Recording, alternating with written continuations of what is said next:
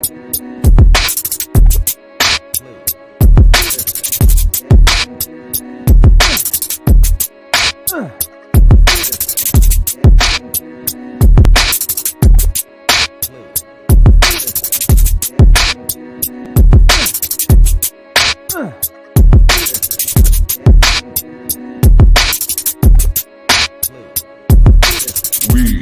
are Legion. What is up, comic fam, and welcome to the Legion of Comics. I'm marking it Sunday night, so that means this is at weeks in the spoiler field. Look back at This Week in Comic and so much more. But before we get into any of that, check this out.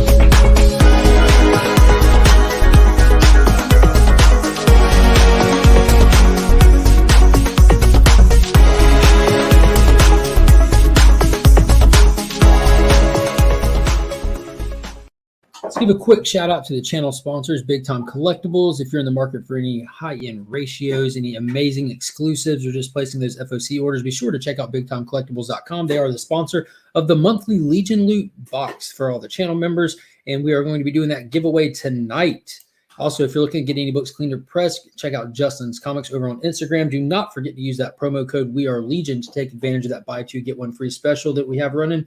And yeah, let's bring in our guest for this evening. I am joined by the one, the only, the madman himself, all the way from the evil lair. We have Mr. Pocan Joe. What is up? What's going on, man? Thank you for having me. Absolutely. What's shaking, as you would say? What's shaking? There's a lot shaking this week. It's holiday seasons. Holiday season. Yeah. We just mentioned it briefly before we kicked off, but that new Peacemaker trailer dropped this week, and it has me pumped. Super pumped. It looks outrageous. But let's take a peek in the chat, say hey to some people, kind of stall here, give more people time to roll in. We have Chop and Jop in there at the beginning. Hope you all had a great weekend. It's been a good one, man. It's been a really good one. It's been a work weekend, but oh man, they're setting up the elf on the they're setting up the elf on the shelf that the kids are convinced is real. This is our first year having one, so the elf is having a sit down with Michelangelo, Batman, and Spider-Man. That creepy little devil. It freaks me out, man. It's creepy. We got Sam, the cover collector, up in here. What's going on, Sam? Digger Jim, I've got that package. Your winnings from the Eman giveaway that I'll be sending out Tuesday, possibly, depending on how this Wheel of Names giveaway goes tonight. You might be getting even more. We got Mr. Sector 2815. Hello, throwing those channel emojis. Appreciate that. Paul Rogers, what is going on? All the way from the hometown here over at the Augusta Book Exchange. Brian, dude, he did a fantastic job with the Comic Community Award show last night. Like, for it being the first one, like, that dude is a total pro. It was a good time. All the time, effort, and energy put into it really showed, and I cannot wait to see where he takes it from here. We got War Machine Punisher, Comics and Collectibles. How is it going? Jonathan, good to see you in there. Jade Q, what is up? What is up? Mr. Chip Getler himself, the White Shadow. I'd say this a lot, but I got to talk to you, Chip. I got to get some behind-the-scene information on StreamYard because I'm trying to up my game a little bit. Joe saw what I was kind of working with for the video coming up Wednesday, and with Chip's insight of the most recent update he applied to StreamYard, I think it can make it look so much smoother and put it into motion what I'm doing. But yeah, that would be really cool. We got Mars Comics up in here. What is going on? Hello. Stephen C is up in there. I'm seeing a lot of these channel members in here. That's awesome because, again, tonight is the giveaway for the November Legion loot box. I'm really excited to give away some books that were donated by Big Time Collectibles. So real quick, we got 14 people in here at the moment. So I'm going to show off the giveaway books real quick because we're going to give them away about at the halfway point. But we've got that Big Time Collectibles edition, Raise the Walking Dead, issue number 24. The Miko Suyon Batman Black and White exclusive. Nice cover. Another Miko Department of Truth, that Purple Rain homage. Purple Rain. Very awesome. The Alan Qua Primordial exclusive for issue 1. And then Ice Cream Man, I believe it's number 24, the John Jang Virgin variant. Just wicked. I love the way he does the mechanics and stuff. Very detailed. Got Venom issue number 1 from the new Ron V. Al Ewing run, which has the first appearance of that new villain. Who knows if it'll go somewhere or not, but got one to throw in there just in case. That Thor number 6 second print, was it? Where they did that crazy wraparound with that. Yeah. I didn't read it, but from my understanding, it's like a vision that Thor had of Thanos with like Noel's glove. And Thor has a vision of him having Mjolnir and the Infinity Gauntlet back in play. Yeah, so I'm assuming if it's Donny Cates, it's something that he'll probably revisit. The dude, like him, hate him, or indifferent, he plays the long game with his stories, like he definitely calls back to him. Like with that first issue of Hulk, he's already called back to, what was it, King in Black.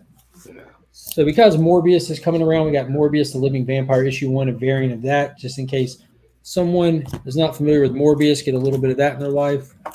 One of the foil goodnesses of House of Slaughter number 1, because I know a lot of people are excited about that series. Not really my thing. I'm getting kind of bored with it, but there's a lot of hype around it all the same. Mm-hmm. And then finally, Justice League Incarnate issue number 1 from this week, the first appearance of Dr. Multiverse. So it was the first full appearance.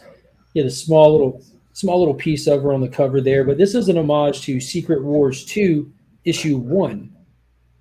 When it was like the Beyonder standing there and everyone looking at him. But yeah, so that's the Legion loot box for this month. It's pretty stacked.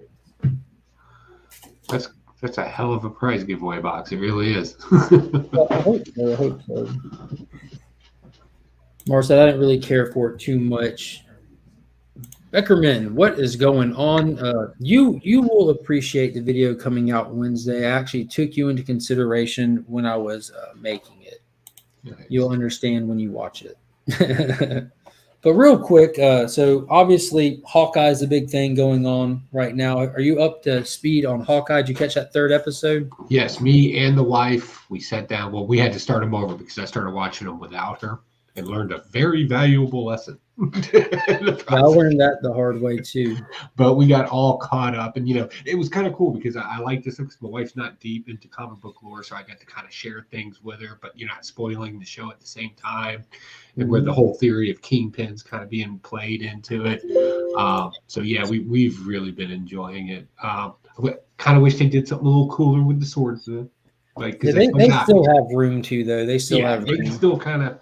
I like the whole parrying at the last moment. I thought I was like, oh, he's playing games. Yeah, when he did, me and my wife both perked up to that. Because they didn't even look, he just whap, and the blade went flying. Like the skill level didn't just shift a little; it just did that. It wasn't even comparable anymore. But those first 2 episodes really didn't blow me away. But I mentioned it Friday on the community hangout. That 3rd episode, it was a blast. Yeah. My only critique would be the amount of subtitles they're using in recent MCU stuff. It's not even just Hawkeye, but Eternals had it in there. Shang-Chi was heavy with subtitles, and I know they're just in their minds are paying respect to deaf people, to Asian culture, but to a general audience, especially when you have younger ones watching it, trying to join as well, is taking them out of it. Because I tell you, Finn was locked into the show, and then we get to Echo and her crew just doing all the ASL, which was cool and all. But he's just like all of a sudden now he's chatty Cathy. What are they doing? Why are their hands? Hey man, I'm trying to figure out, Like, let me find out, then I'll share with you, my man. Yeah. But there was a lot of cool moments. The car chase scene was dynamic. It was car chase scene was probably the funnest, and the different arrows and trick arrows. Yeah. And my wife looked over at me and she was like, "Didn't you do something with arrows not too long ago?" I was like, yeah. The boom arrows. Exactly. Yeah, the trick arrow scene was a blast. How the comedy started hitting in this one, where those first 2 episodes for me, I mentioned it, didn't try to go too hard on it. You have to give it time to find its footing for each individual as they watch it, because mileage changes with individuals and shows. And kind of got my understanding of what it was attempting to do. And those little scenes, like when they sat down to catch their breath and he can't hear anything, and she's talking about the dog and we got to take the dog out, and then she finally stops and he just yells, "We got to take the dog out!" I locked up all that. I like the little nuances that they've been putting in there with the Prim arrow. The Pym arrow, yeah, that was and it said Prim on it, and I was like, "Oh, I know what it's gonna do." Yeah, that was hilarious. As soon as he pulled it out, like because they played that scene out really long, it took it a while, and I was wondering what they were going to do with it. But as soon as he pulled that Pym arrow up, I'm like, "Oh snap!" And Kyle's like, "What does it say? What does it say?" Pym. And about that time, the arrow exploded. It just got huge. I'm like, that was epic. What's going on, Pops? Tyler, we got Austin LeMay in here. Nick's Kicks and Comics is up in here. Everyone's showing up. I appreciate y'all stopping by. We're going to be doing the Legion Loot giveaway here in just a little bit, probably about halfway through the show. Let's see. Talking to his son on the phone was heartbreaking. Yeah, that was rough. Like when, oh man. That was rough. Yeah. But the family dynamic in this stuff is really, really good. Like, and it's cool the contrast between how he interacts with his family and how she interacts with her family. It's the literal polar opposite of a family with care and concern for each other, taking each other into account with everything they're doing, and then a dysfunctional family ran by criminals where they're all just, it's pretty wild. And my buddy Brent was talking about, he's wondering when Yelena is going to show up, because I'd forgotten about the post-credit scene to Black Widow, when they show Yelena the picture of Clint and say, "This is who killed your sister." So I'm wondering when this show's going to take a hard turn somewhere. Yeah. Oh yeah, it is Tyler's birthday today. Oh yeah, happy birthday, Tyler. Yeah, I talked to him earlier and told him, but I've already forgotten since then.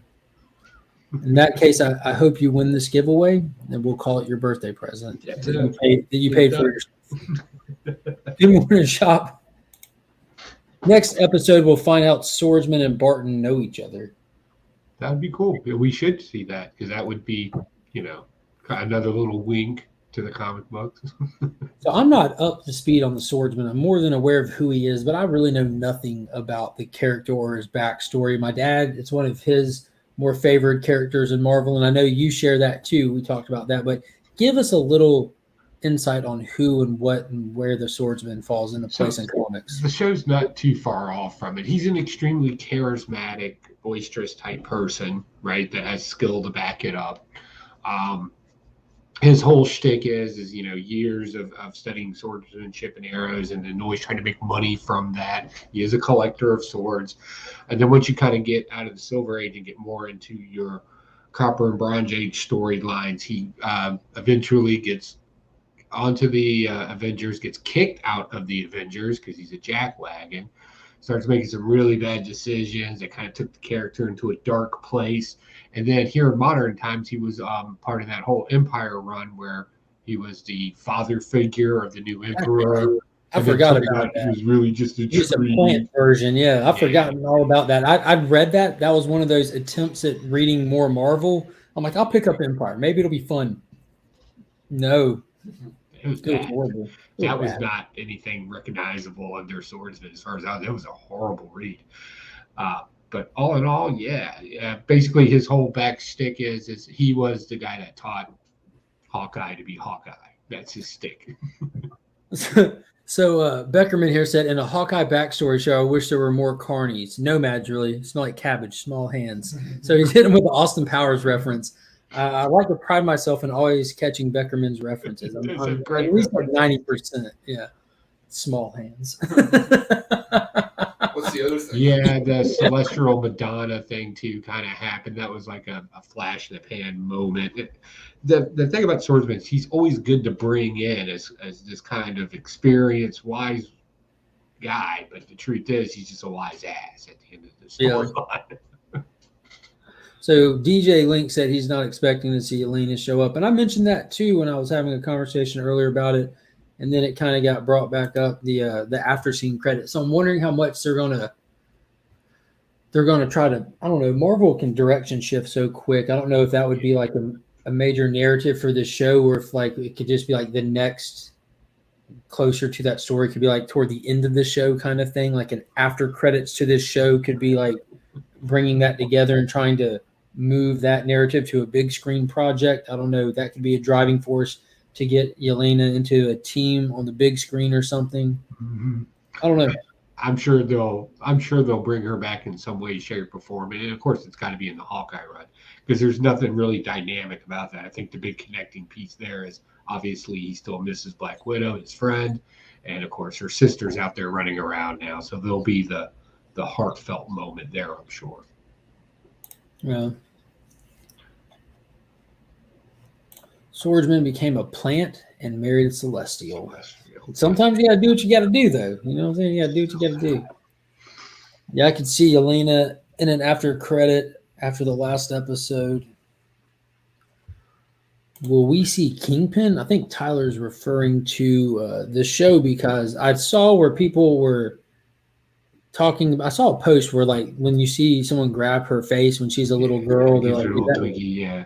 Like, I don't know if she's supposed to be connected with Kingpin. I remember reading the New Avengers when it was coming out, like when that team first started and Ronan first popped up, and it was Hawkeye, then it was Echo. And I also remember that she could talk back then.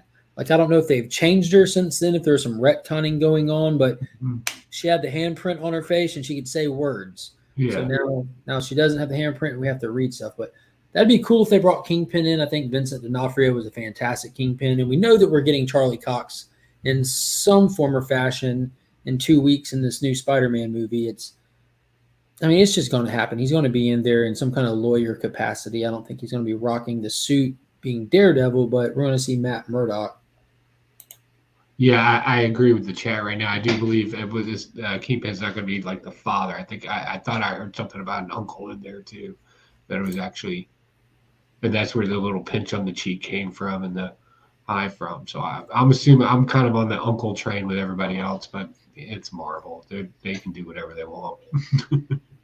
So yeah, a lot of people are saying that was him. Yeah. Referencing Uncle as Kingpin, and everyone is suggesting we will see more than Kingpin hands. Hopefully we'll see some Kingpin tootsies.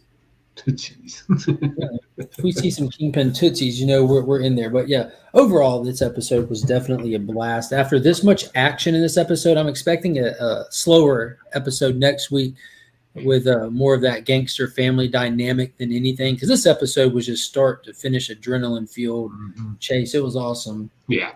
Yeah, we got everybody hyped up. We need to settle them back down. That's how it rolls. So Carolina Chris did a Natives, Heroes, and Comics episode way back about Echo. I'm going to have to go back and check that out. Oh, I'll check that out. Yeah, Kingpin is her uncle, and Mephisto was in WandaVision. Let's keep it going. And Omega Red was in Falcon Winter Soldier. So we're all set. Yeah. All right, so I don't really have nothing in the way of comic book news. Normally I pay more attention to what's going on to see if anything big happens this, that, or any announcements, creative shifts, whatever. But besides this and the Peacemaker trailer that dropped, I don't really notice anything this past week. I've been kind of busy. But the Peacemaker trailer, I highly recommend everybody go check it out. It's the second trailer. It's like 3.5 minutes long. They lean into a lot. So the biggest thing that I took away from it is Vigilante is going to be absolutely hilarious. Yeah. Complete psycho, unhinged. He's going to make John Cena's Peacemaker look level-headed. And also something that me and my wife were tragically heartbroken about was Peacemaker killing off Rick Flag in the Suicide Squad, because I absolutely loved Rick Flag's character in both films. I think Joel Kinnaman was a great choice for him. And even though they had him in a goofy shirt, they put the man in a yellow shirt with a gun holder on him. He looked like a G.I. Joe figure.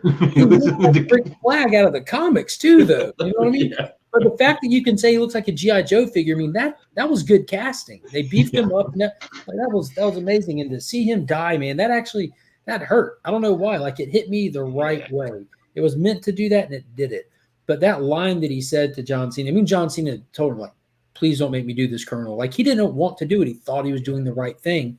But in watching him die, and he said, Peacemaker, what a joke. That did something to him. Because in this trailer, you see that he's questioning himself, his morals. And that's what it's going to be about. That I character thought that was an interesting take on it in this particular trailer. Instead of just being bro humor is what I call it, that bro humor stuff. We actually see that. Yeah, we're going to actually, John Cena's going to have to put on some acting chops here and show a little sincerity, a little maybe even fear. And, we're going to get that other stuff. It's just not going to be a dude comedy all the way through. Yeah. And I think, So I know he's got chops, man. He has a surprising amount of acting chops. I know it's hard to take him any which way because of his stature and the way, like, he's just, I mean, he is what he is. He's a professional athlete at heart, but he is pretty versatile. And I think seeing them in those moments of, like you said, like fear and just with their guard down, that's going to be so uncomfortable to see somebody who has that stature and presents like such a strong individual. Like it's easy to be sold on those moments and to feel the discomfort in them and stuff. But I'm excited to actually see if they give him some character growth, because even in the comics right now with Suicide Squad, he's on that same level where he's questioning everything about who he really is and going off on his own. He's actually clicked up with Rick Flag now. So hashtag raise the flag. I'm excited to see him come for Waller in the comics. You know what I'm saying? Like, I've been trying to spread that raise the flag awareness ever since he died in the movie. And as soon as he died in the movie is when they gave us the comic books and Red X stormed Waller's home base. And next thing you know, there's a door open that said flag on it. I'm like, Flag. Yes. That and the meetup in the swamp was good too. That was good. I liked that. Oh, that was insane when he just locks into his neural network and mimics his brainwaves to the chip while he takes it out. He's like, she's seeing what I want her to see right now. I'm like, oh my God. That was good. Yeah, and speaking of Swamp Thing, the next issue comes out next week, and they've announced it, and it's on the cover that by popular demand, it has been extended to 16 issues. So this series was basically a work per sales thing. They were going to do 10 issues, and if it did well enough, they would give him more, but it did well enough early enough and maintained that they just went ahead and put him on the back end of this series, and that B cover is insane. That's fire. And that says a lot for Ram V. He's just been pumping out some great stories lately. He's been telling fascinating things that make you want to just kind of dive deeper into it. And he's really a talented writer. I enjoy his writing. Yeah, he's fantastic. But dude, what you said last time you were on here has been resonating. I've even repeated it in other contexts where I hope they don't give him too many projects where the quality is stretched out too far. Yeah, he's just more worried about chasing a deadline than he is, just crafting that beautiful story. But you don't know your limits until you hit them, right? So exactly.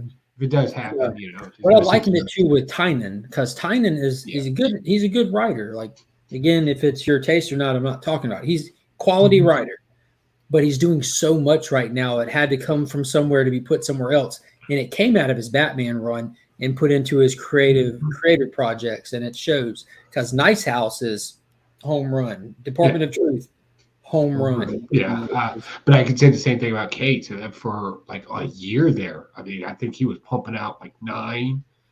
He's working on 9 different indie titles even. And I was just like, holy crap! And I'll be honest, Immortal Hulk suffered a little bit too. Not that it was a bad story, but you can tell, like, as that story there, especially during the whole the mind, what's his name, the big brain guy, the leader.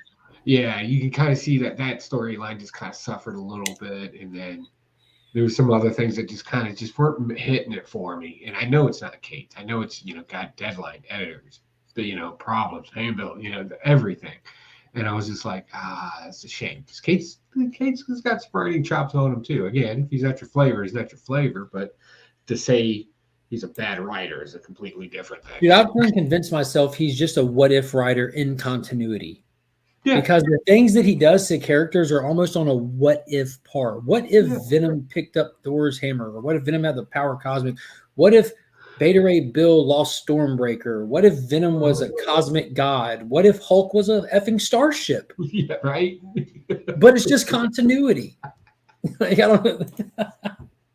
He is the king of hype. He's definitely great at pushing his own product, but you honestly have got to be your own best fan. If you're not your own fan, you can't expect other people to be. But he's just so well received by people in the masses with the way he does it. What is up, Newbie Comics up in here? How are you doing tonight? Yeah, I appreciate you stopping by. Definitely appreciate you stopping by. Congrats on your nominations on the CBA Awards. Yeah. A lot of good people got nominated. Yeah. Kate's is awesome. Just ask him. Yeah, there you go. Yeah, dude, and some of his stuff. I know that God Country. I heard so much fantastic stuff about God Country, and I sat down and read it. And unfortunately, it was one of those situations. It was like the reverse, where people talk so poorly about a movie for so long, then you see it, you're like, yeah, it wasn't that bad. Well, people talk so highly about God Country. When I read it, I'm like, it wasn't that good. God Country is okay. I'm not. I remember reading it. I remember dropping it because it went through its slow phase. You know, there's just like any story series, there's always that slow phase. And by then, I started picking up other things, and I just never came back to it. I think I still have issues 1 through, I think, like 10 or something like that.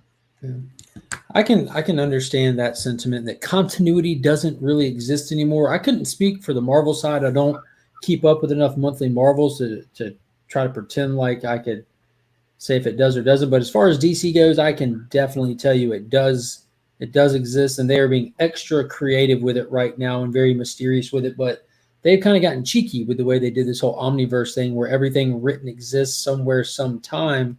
But there's so many stories that you can easily bridge together and start building. And we are at the front end of a new era with the formation of this omniverse at the beginning of this year. So we're all really watching it kind of fall into place right now, which is why I've been enjoying the New Frontier and now Justice League Incarnate series. It seems like a lot of foundation building of the actual omniverse. Mm-hmm. But also with that too, I tend to get annoyed if there's, and it, you know, I consider myself somewhat a functional reader to some degree, right? But if you got like 8 stories crammed into 5 panels, you know, that it's a little much for anybody to follow. You know, you're gonna kind of, and that's always kind of scared me about this whole omniverse thing. And for a while there in the fear state, that was kind of happening. They were just cramming, and it was like, I can't keep track of all this. Aggressive says Marvel continuity is great right now. Same at DC too. What's up, everybody? How are you doing tonight? Yeah. I'll be honest with you, that's one thing I enjoyed heavily about the Immortal Hulk run, because like I do keep up with Hulk, good, bad, and ugly. I'm there for it, but it kind of stayed out of everything. Mm-hmm. Every now and then something would dip its toes into it, and when it did, they'd be like, "This is a one shot. Don't touch our story." Yeah. Oh, Absolute Carnage, one shot where it's not going to affect Immortal Hulk. You can, but it added really something cool to the mythos. Like it added that a symbiote cannot link up to Hulk without Hulk's permission. I'm like, that was awesome, because like in a nanosecond, you see him have a sit down in his mind with all of his personalities to discuss with each other and come to a senses. Are we going to allow this? Is this good for us? Like, dude, that's fire. That's cool. That's pretty cool. McFarlane sells out both and don't care what's written. So funky all. So we're going to get to let's get to this giveaway. We'll do that on the front end here, and then we'll get into talking about some books and reviewing some books. We got 26 people in the chat, and that way if whoever wins is able to be here live for it, all the better. So let me hit this little share screen thing here. Chrome tab, wheel of name, share screen. Is that showing up? Yep. Awesome sauce.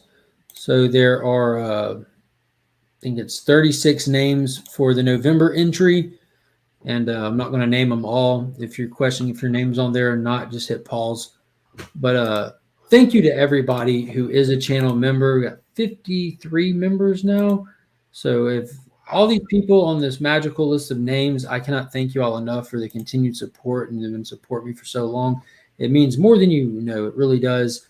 And if you're out there and you're not a channel member, membership is live. Just look down there next to the subscribe button. You can hit the blue button that says join. There's 2 different tiers. The top tier gets you into the monthly giveaway box sponsored by Big Time Collectibles, as well as custom emojis, loyalty badges, early content, stuff like that. All the details are in there. Just hit it and read about it. And let's do this. So I'm going to shuffle this a couple times just for the sake of it. Joe, tell me when to stop. Stop. So if you don't win, it is Joe's fault. We're spinning it now. Let's see who the winner is going to be. Accept that. So the winner for the November Legion Loot Mystery Box sponsored by Big Time Collectibles is Southern Comic Geek. All right. Congratulations, Jason. All right. Very awesome. So I'm sure that he will claim it. There's no way in hell he won't. Yeah, he's a comic book collector. Hoarder, Yeah. one would say. Yeah. So it's not something going in his PC. It'll end up showing up on the Saturday morning Cartoon Crew auction. So if you don't know Southern Comic Geek, Jason's a great guy. He does a lot of good unboxing hauls, live. He goes live a lot. And every Saturday, him and a lot of the usual suspects of his channel, you have T-Pain, Lady Fantastic, Cat 69, Papa Wheelie. They're over there selling books for the cheap ski. They go all Saturday almost. He's off for a couple of weeks because of the holiday season, I believe. But they go from like 1:30 till well into the afternoon. So I actually have a video coming out tomorrow where I open up some stuff I bought off his auction that's going to be given away not too long from now. So yeah, big congrats to him. And again, thank you to everybody. So let's get into this week's books. This was a good week. You want to show off your haul real quick? Yeah, you just want me to say everything I got or just pick one? Let's see what all you picked up. Okay. So in the chat, if you see something on here you want me to talk about, that's fine. Just let me know. I got the Gotham City villains. This was a horrible book, but this is the villains one. Cool cover. The Ra's al Ghul cover, yeah. Yeah. And then Future State, Omega. This is, I don't know what's going on with the light today, so there we go. So standard trade dress. Detective Comics, Arkham Rises. We got that whole new Arkham City thing, or Arkham mental hospital. Yeah, Arkham Tower. That's it. Venom #2. Let's see here. Some I don't normally get. Teen Titans Academy #6. Yeah. Oh, dude, I was pumped by the end of that book. 8. I'm sorry, 8. Fun read this week. Fantastic Four #38. Let's see here. Animal Castle. Love me some Animal Castle because I'm a huge fan of Animal Farm. Oh my God, this is good. King of Spies, #1. This was a good read. Let's see here. Department of Truth. I love me some conspiracy woo-woo stuff, and boy, it was just chock full of it. A lot of hints in there. The Me You Love in the Dark. Was that the finale to that? Yeah, this was the last issue. Yep. And then I'm an ongoing reader of Once and Future because it's mostly Arthurian and old school writings and stories and poems and stuff they incorporate into a modern story. So I like looking that kind of stuff up. So there's 22. Plus, it's Dan Mora's art, which is always nice to look at. Oh, yeah, good stuff in there, no doubt. Yeah, what did you pick up? So it was a big DC week for me, that's always the majority of my pool anyways. But I picked up the Justice League Dark Annual, which was a culmination of Ram V's backup stories in Justice League, but which I thought it was going to end it, but it's clearly going to continue because they did some huge stuff in there. Joker Annual 2021. I'm ready to drop this one from my pool. It's just not doing it for me. That Detective Comics Annual, which is kicking off the Shadow of the Bat storyline that's about to be starting with the next issue. Mm-hmm. The Batman Annual, which I didn't read because it's just the culmination of those Ghostmaker backup stories, which I'm completely not reading nor caring about. This was from last week, but Unborn issue 3 of 4 from Frank Gogol. Fire. I'm really enjoying this. Sci-fi space marines versus like aliens with a whole little twist of like John Carpenter's The Thing. It's wicked. Yeah. Probably my read of the week, Action Comics, issue 1037. What is that? I didn't see any. Damn. This is a must read, an absolute must read. This War World saga is insane. Like we finally have like this Superman we've been missing for years. Like Philip Kennedy Johnson nails his character. Picked up another copy of Hulk #1 to go into next month's Legion Loot giveaway. Teen Titans Academy #8. We're back on track with this issue. We took a couple issues off just to get to know all these new characters, but now we're back on track with Red X and some big twist at the end there. Batman the Detective wrapped up from Tom Taylor and Andy Kubert, which was really cool.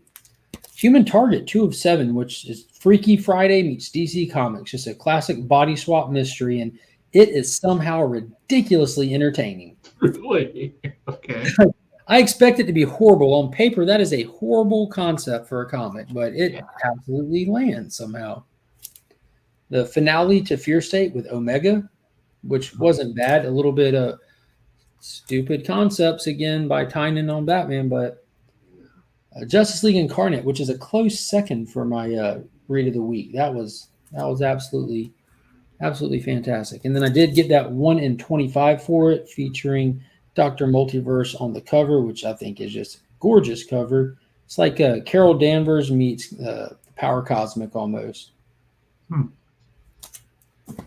And then I read digitally Human Target because somehow I forgot to pick it up, but it was a blast. And I read Venom 3 or Venom number 2 also. Right. Pretty smart getting it digitally instead of buying. Yeah. So King of Spies is off to a good start. King of Spies was a lot of fun. So you want to touch on King of Spies? Yeah. Let me go ahead and give my quick review of how awesome this book is and why. So this is good, right? Because it's basically like a slash between John Wick and James Bond is kind of what you're dealing with here, right? The dapper hero spy guy, super smooth, dropping bodies all over the world. You know, what does that dude look like when he hits 65, 70? Right? Probably a dapper gentleman, desk jockey for the agency that you work for, whatever the case may be. But what we're diving into this is that classic saying, you know, men of danger often become old men of regrets, right? It's kind of what you're dealing with in here, right? So you kind of get that heartfelt story in there, and then some Russian dude pops off to him the wrong way. Next thing you know, he's dropping mafiosos from Russia in their little private club thing. And he's like, you know what? It's time for me to go out and actually do some good, because everything he's been told to do before didn't change the world. So now he's like, screw this, I'm going on my own. Boom. And that's where they left us off on this. And I'm just like, dude's got a tight suit on. You can tell he uses beard oil, and he's going to go drop bodies. This is a man after my own heart. Tight suits, beard oil, and dropping bodies. That's the formula. That's the formula to get to Joe's heart. Now we know. Now we know.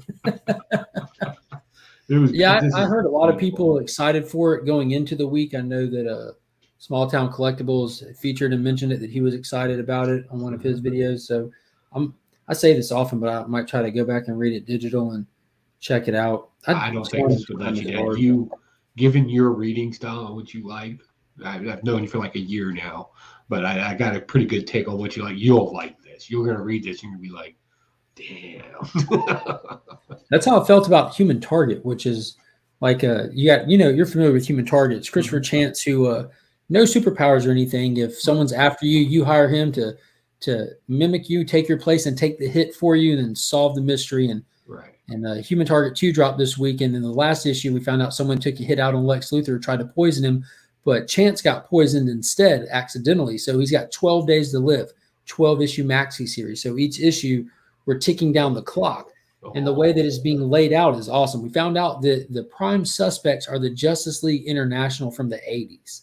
And they so we're dealing with some A-listers, some B-listers, more B-listers and C-listers than A-listers. But this issue featured Ice specifically, who came to see him at his place in that classic Private Eye style, where you come into the office and the dame is sitting there waiting for you, and she has your best interest at heart. That's why she's there. But long story short, they went out for a day on the town and were talking and getting to know each other. And she found out about all of this from the doctor that he went and sought help from and everything. That was also the doctor to the JLI. So she's kind of fishing first for information, because she's suspecting that Fire might be the one most likely to have attempted the hit and doesn't want her partner and close friend to get in trouble, But really, there's this big twist at the end where you find out that Christopher Chance she didn't come to see him. She didn't talk to his doctor. He actually hit them up pretending to be the doctor, sending that line out there to see which one of them would bite first, So you're like, dude, that was so slick. Because you read it and you're just like, why are we doing all this? Why are we having this romantic time on the town while you're slowly dying? Then this twist last page, and the way that it was kind of like a very classic 70s spy style, the way it kind of panels in with DC Comics proudly presents, and it's all in the tone and style of I don't know, it's hard to describe well, but it is phenomenal. I'm loving it already, 2 issues in. He's a total boss, even at the end of his life here. Yeah, you'll definitely like this King of Spies then, because it fits right in that. Yeah, you're That's a banging cover right there. Yeah. What's the next one you got? What's one that you didn't care for this week that you could take? You just want me to go off on something, so I will. Ready to trash the book. You All right, so trash the books. And it pains me to say this. If you've known me or seen me anywhere, you know my fascination with villains in comic books. It's what I do. So I picked up a comic book that was supposed to be about villains, and it was just 8 of the weakest stories you could possibly cram and spend $11 on. I wouldn't spend 50 cents on this. Dan DeVito should not be writing comic books. I love him as an actor. Go figure. I'm just saying, this whole concept of the Penguin and Catwoman actually falling in love and making sure people get vaccinated, yeah, that happened in this comic book. And trying to make utopias, like no villain throughout this entire story. Not a single one of them was villainous. They were all just lame asses with the best intentions. Even the killer moth, like, you could have done something cool there. No, you just made him accept it. Like, he accepted the fact that he was just a parasite of criminals. And I'm like, who cares? Like, that's not even, what is wrong with you people? It's like, the point of a villain is to do villainous things. It's derivative to the word. And all they did, yeah, right? In this case, they're just like, well, they don't have to be, this is, I'll tell you what this is. This is DC letting a bunch of people tell a story and telling the editors, hey, take it easy because we need to pump out a bunch of books this week, so don't eat them up. So is this supposed to be a one-shot, just a one-off special? I hope so. Yeah, the story's read that way. I don't think anything's going to be a continuation in here. This was just a cash grab with some cool covers on it. Yeah, I think Frank Quitely did the Penguin cover, if I'm not mistaken, but there was just one with just the Penguin on the cover, and it looked like Frank Quitely's art. I don't know what it is. I'm kind of drawn to his art style. It's unnerving, but like it's like you can't look away. Just the way, I don't know, he puts wrinkles on people, and it's so rough yet smooth. Even villains want us all vaccinated in comics. # blessed. Dude, you can't rule over somebody if they're not around, I guess. I'm glad I skipped this. What is it with these actors that think they can write a comic book? Like anybody can do it. I find that very disrespectful. Yeah, here recently we had Keanu, but he was also working with Matt Kent, so yeah, that's actually playing out pretty well for that. But then we had Emilia Clarke did that book, Mom or Mother or something like that, the Mother of Dragons from Game of Thrones. Yeah, that comic was garbage, dude. That was poorly written. I don't know. I don't. You know who I wish wrote this? I wish his character Frank from Sunny in Philadelphia wrote it. Then I started blasting. That would have been awesome.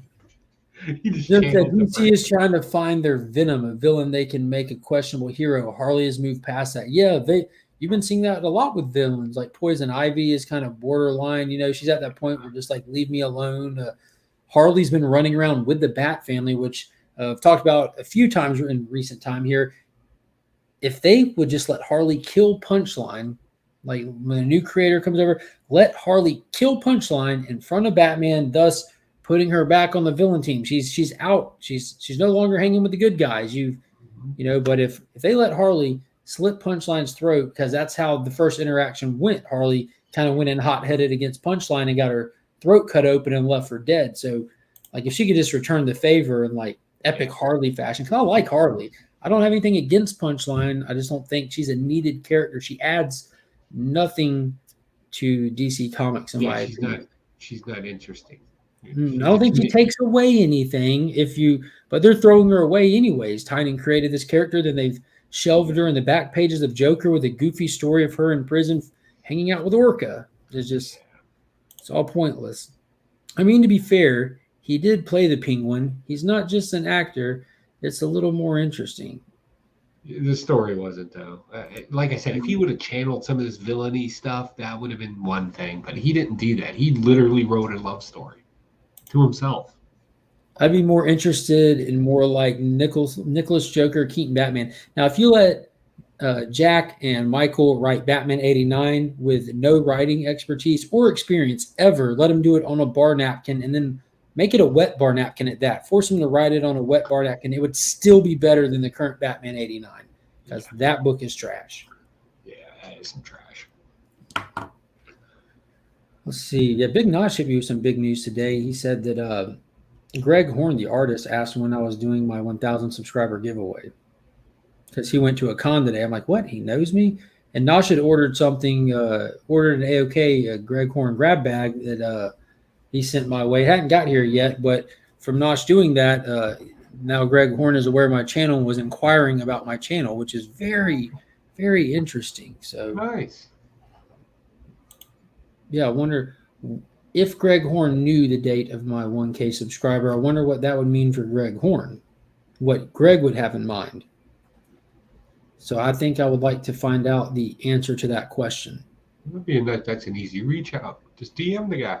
Yeah. I'm going to talk with you more about that, Nosh, my man. So let me pick one here. Yeah, pick one. I'm going to do a softball real quick. This Deep Target story, okay? It's written by, I don't know who, something Thomas. It starts off really weird with a Green Arrow going down to Atlantis to confront Aquaman, and when he gets there, you find out that they're body swapped. Long story short, there's some kind of think tank that's been playing with a time travel device so they can travel back in time and steal stuff or bring stuff to the future, this, that, but it goes wrong, and he kind of goes all Jeff Goldblum in The Fly, and a little dinosaur comes into the teleporter, so now he's like a dinosaur man. But they're after them, and they don't know how they body swap. They don't know anything at all still. But the action in this, the character dynamic, the interactions with it is all top-notch. I don't know how else to explain it. I'm not telling you to run out and buy it, but if you just want a fun, action-packed, slightly comical, like just check off all the boxes, this is a fun read. I don't think it ties or connects to anything. It's its own thing. You ought to slap an Elseworld tag on it and call it a day, but definitely a fun read. Nice. Softball. Back to you, Joe. Let's talk about this Fear State and Omega, because I got a question. All right. So Cloud Hunter came out a while ago, right? We all had a great time with everybody, like, lost their minds. I got his first cover appearance, his design cover. Like, I even liked the character. And then they were playing this game where, like, different members from the Bat family were like, hey, why don't you come join Team Batman? And he's like, nah, screw you guys, right? Like, he's being a punk, right? All of a sudden, Ghost Killer shows up, and Batman's like, yeah, you're going to be his partner. And he's like, oh, hell yeah, let me hang out with the adult psychopath, because he's a known psych. He calls it, he's been diagnosed. We forget, yeah, he did that abrupt change of heart because Batman was shirtless in Batman 105 or Batman Detective whatever, when they had their big confrontation and they just stopped fighting out of nowhere because Batman had his nipples out. Yeah. He's like, all right, I'll be a good guy now. But I will say there is a little bit more context into it if you go into the Batman annual, where it did just that like heartfelt story of Batman trying to get Clown Hunter to go find help, since he won't trust Batman, find it somewhere else. And he introduced him to Dr. Tompkins, is it? And Clown Hunter's actually been sitting down with her, talking to her, and he doesn't know that Batman is aware of it or set it up.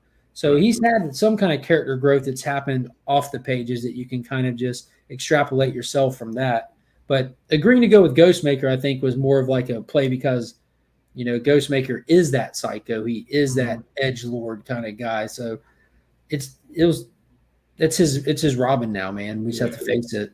I did like the fact that Peacekeeper 01, you know, we're not totally taking. I think that's an interesting character. You can do interesting things with him. So now he's in the sewers with a sword hand, which he doesn't need a sword hand. Oh, bat nips, that's fun. He went old school Deadpool on us. Went straight with it. But all in all, I thought the story was okay. Do I care about it? Not really, but it was a good throwaway story, and that's all I really saw it as. Oh, Nosh done set me up for the okie doke. He thought I was the person in charge of the channel, and then I told him you were, and I told him about the other channels you're associated with, and now he thinks you're in charge of all those too.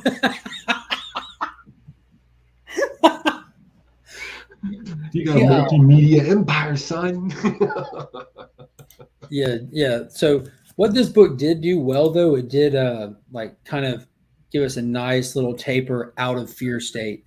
What I didn't care for, like one thing that's been bad about Fear State, like even the high points are clouded by this horrible concepts that Tynan rolls with. Like on the surface, it's not bad, but I read too deep into everything. So if you look at the purpose of Fear State, it was to try to teach you that if you didn't have to face traumas, you can be your best you. That's not true. That's the opposite of true. The only way that anybody grows is through having to overcome. You, like, if you're not trying, if you're not pushing, if you're not facing your fears, making it over obstacles in life in any fashion, you're not growing. No. Like, trauma happens to everybody on different levels. Right. Getting through that trauma, dealing with that trauma, being forced to live with that trauma is how you grow. Like, that's problematic in my mind, to be pushing that narrative. And then Batman, like, now you're moving over to Batman and hitting him with one last message that the world's going to grow around me, so I'm going to have to grow with it. So you're abandoning your principles and everything that you already come off that way. He threw in the towel. He made Batman throw in the towel, basically. Like, it was really, really subtle, but I didn't care for that. Well, there's been this kind of, I don't know, kind of undertone with the whole Batman series at this point now, where it's mostly been focused on the Bat family more than it is Batman, right? Like, you get a lot of that. And what are we up to? Like 25 different baby bats now running around? Like, I don't even know at this point. I'm mad that Batmite didn't get more airtime. We need more Batmite. Yeah, right? Why didn't spring that one back in?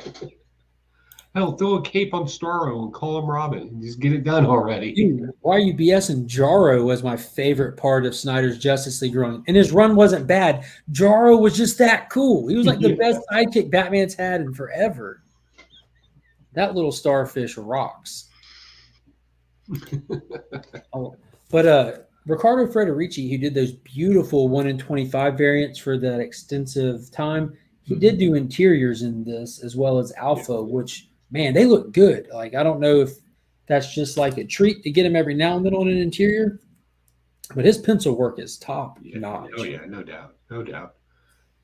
Azrael made the cover. I don't remember seeing him inside this book. I read this book like almost. I thought she was dead anyway. She's over in Arkham City. Yeah. Azrael, John Paul Valley. Right. She's over in the run with Z-Force. Is Azrael a female now? Yeah. Not in Arkham Origins or Arkham City. That miniseries is coming out right now called Arkham City, City of the Underworld or something. I haven't been reading that. Yeah, like 2 issues are out. Highly recommended. Dan Waters is writing it. Danny's doing the art. You forget that you're reading a superhero book or a book that takes place inside of a world with superheroes. Just all these people that didn't die on A-Day that are just all throughout the city now. The police officer is trying to round them up. You got them working with a psychiatrist from Arkham that's actually working with the inmates to protect some of them and keep them out of the police radar. I have been reading that. Yeah. That's man.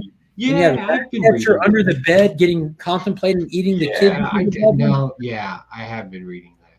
So John Paul Valley's been called back to service to go slay some demons. So I'm pumped. Yeah. Solomon Grundy's the big feature of issue 3 that drops next week. So I'm all in on that. Yeah, I totally forgot I've been reading that. There's so much stuff. But yeah, it's definitely interesting. What happens when the villains are scared? Yeah. So like it is creepy as heck because again, like the tone and style is like a straight up indie horror book, and then every now and then you just get reminded, oh yeah, this is Gotham. Yeah, this is DC Comics. It's solid. Good stuff. All right, so Batman the Detective wrapped up. So Batman went international in this, which it was almost like it was warming us up to see how fans would react to what they're about to be doing in the main title when Batman leaves Gotham because of disagreements, and he gets the bat signal from Batman Inc. overseas. So coming up in the main title, he's about to be shifting out of Gotham, which is a good move. We need some distance from Fear State and the Joker War and all that. It's just bogged down. But we had him go up against this terrorist cult called Equilibrium that was going off and killing any survivors from Batman. And it was solid. Andy Kubert did the artwork. It was a good confrontation at the end where Batman showed why he's Batman. He had some of those aha, hoorah moments. Right. Like there's this whole drone strike coming in over the city just to bomb the whole city that they were in.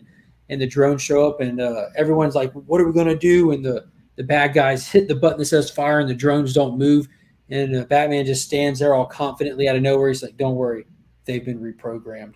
But they did it like awesome fashion, though. Like with him standing there and all of them in a perfect line behind him, like, we ain't going out like this. And Batman pulls the ultimate okey doke on this bad guy who's like determined that any survivor that Batman saved has to die. He actually jumps in front of the bullet for her and saves her, thus making her want to kill herself. I'm like, that's fire. But then, but then he doesn't let her. Like you break her. I saved you again. That's twice now. Yeah, it was awesome, man. It was an Andy Kubert's artwork, man. I love it. It's wild. It's wild. I was on that for I think about a good few issues there, and it just jumped off for some reason. What's going on? Yeah. It ended strong. You get Ducard in there who trained Batman for some of his years. I and love stuff. that Ducard story. That was great. Yeah. He comes back strong. That's a hard Joker to kill. What do we think of Joshua Williamson taking over Batman? Couldn't be more excited. He was on my short list of people I would like to see do it. Not necessarily my number one pick, not my number one pick, but he's big in charge of the universe building over DC right now. He's crafting a lot of stuff, like behind the scenes and everything. He's a big dude. He's a big dude to be doing stuff. So I think that's a smart move to have him on Batman because he can shake and move things to go in the right direction to make for a lot of smooth continuity if he chooses to. And I'm a big fan of playing connect the dots with continuity. Yeah. Yeah, I like it too, especially when it's done with a little bit of craft behind it, right? Not just a narration box. Like I hate that. Craft a tale into it. That makes it better. Yeah. I've got a Joe Kubert sketch in there of Hawkman, Biggie, that hangs in my man cave. Oh, nice. It was done when I was just a strapping young lad. Josh Williamson is on a lot of big titles. He's doing Robin. He did the Infinite Frontier stuff. He's doing Infinite Justice League Incarnate right now. Chris says he's excited too. Yeah, Williamson is a big idea man with long-term planning. Absolutely. And that really plays out well. Because it's just kind of like we were talking about Cates, how he really plays the long game. Williamson does it too, and that's where I see difference in continuity at Marvel and DC. Where with Cates, like you have to read Cates' book to get Cates' continuity. It's not, you don't see it really spread out. With DC, things seem a little more spread out. Like Suicide Squad's tied into Swamp Thing to Batman to Green Lantern, currently Teen Titans Academy. You know what books are meant to be like on the same earth and the same time kind of stuff. Definitely other books are doing their own thing, but there just seems to be bigger universe moving together at one time at DC right now. Yeah.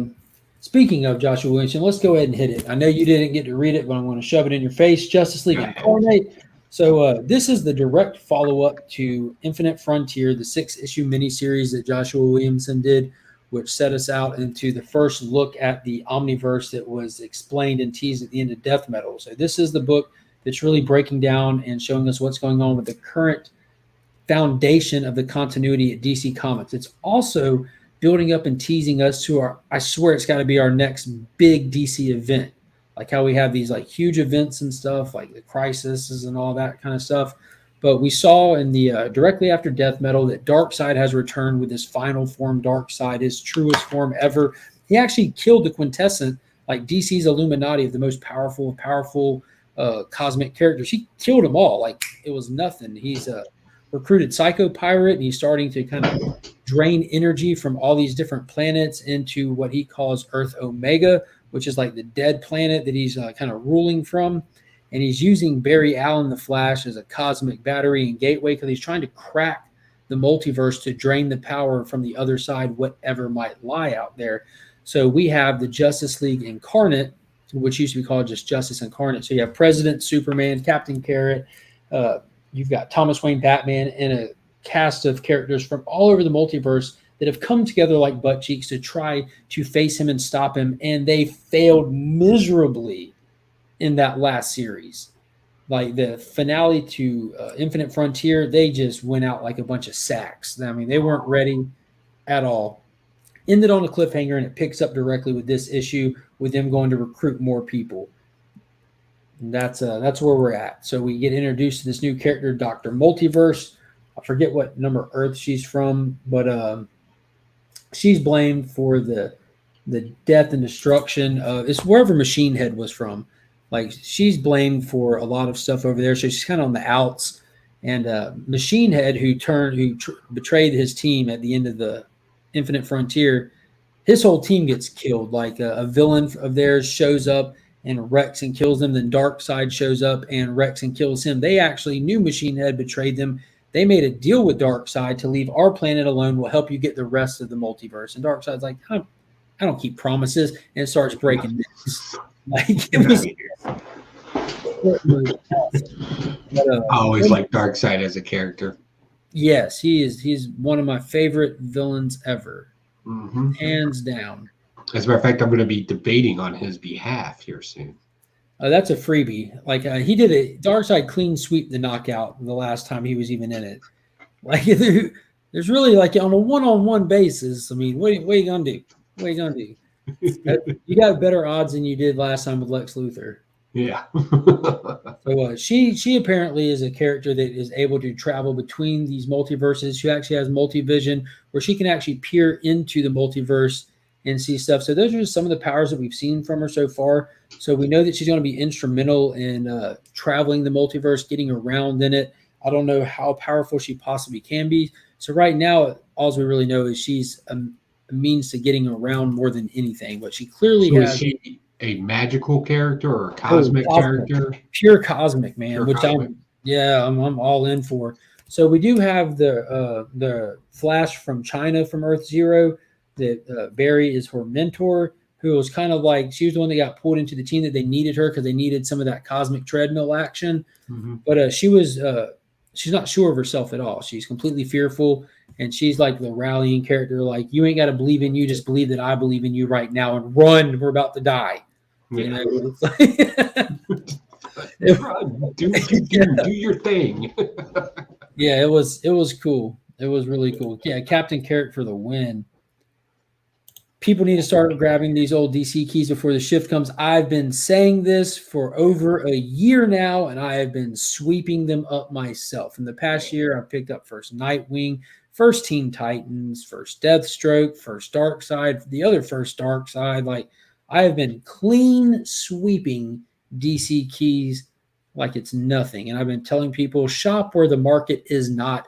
Because if you look into the annals of comic book collecting history, there's never a clear-cut champion. They're defined by their eras. DC's hot, then Marvel's hot. And as soon as something gets too trendy, it's too popular to be cool anymore. We need to do something else. And we're about to get the Batman, Black Adam, the Flash movie. People are getting bogged down with these back-to-back mediocre Marvel movies of Shang-Chi, Eternals. Spider-Man is going to be a hit, but I mean, there's no more Cap. There's no more Iron Man. You know, like, Thor's been gone since Dark World. Yeah, give us a Captain Carrot movie. We'd all be good. I would actually watch that. Hell yeah. Old Zoo Crew. Dude, it was rough in death metal watching the Zoo Crew die. Yeah. Yeah, see, Zoo Crew. That Steppenwolf looked like a bad cosplay in Justice League. In the Justice League, maybe. Not in the Snyder cut, he sure as hell didn't. Yeah. He looked like a total boss in that. Yeah, I've got high hopes for Matt Reeves' Batman as well. It looks insane. Well, they're going to have my favorite character in there of all time, the Riddler. So that's right. You think Paul Dano is a solid casting job for him? I think so. I think he can play it very well. Yeah, he's played some early teen comedy movies like The Girl Next Door. He's played some high-end drama movies like There Will Be Blood. I mean, he's a versatile actor. Yeah, I think he'll do just fine in it. Go where the puck will be, not where it is. Exactly. Exactly. That's the difference between short-term collecting and long-term collecting. Definitely. Which, that's another thing you have to take into consideration when you're buying the stuff too. Like, don't try to turn a quick profit on long-term specs. Definitely don't. DJ said Paul Dano is an amazing actor. Absolutely. So let's get into one real quick that I know we both read, and I definitely want to hear your insight on, because we had some major things happen in here. So, Teen Titans Academy issue number 8. Yeah, so this is this is fun. It's a fun read. I've said this before about Academy, but when they were doing the little one-off stories where like the kids went to the village where the gorillas were taking over people's minds, I was like, okay, I'm going to take a break until they get back around to the story, right? So I read this, and of course, it's not the one that brought us back into it, but it's easy to pick up on. We know who Red X is. Red X shows up and kind of tells everybody the truth. It's like, this place is a death house. If you join, all these near. There's a statue out front to prove it. Yeah, there's a statue out front. They're literally telling you could die here. He's a little bit of a smartass about it. I like that. I really like the dynamic of the characters in here. I think that's smart. They feel and they read like children, especially when they grab the H dial thing, and kids being kids and messing with things they shouldn't be messing with brought somebody back from the dead, and possibly 4 other people. But my question is, and maybe you can answer this, the H dial as a tool never brings any known characters out of the universe through the hero verse. They're always these kind of one-off little things you've never heard of before. So I thought it was a weird thing to bring Roy Harper back, and God knows what these other 4 things are that I could recognize one silhouette, and that was Hawk because of the cape. I thought so too. Yeah. But again, that would be, but I mean, magic woo-woo stuff on a piece of technology that dials heroes. Yeah, it's all woo-woo, right? But how far are they going to take that woo-woo? I don't know. But I enjoyed it. I thought it was good. I'm back on board now, so I'll be catching up on all this as it goes through. Yeah, so this was definitely relit the fire because I jumped on this purely because I enjoy the Titans, but this isn't the Titans. This is the Teen Titans. There's like 3 distinct generations of characters in this. You have the Titans, which are the teachers and mentors. You have the upperclassmen, which was like our last run.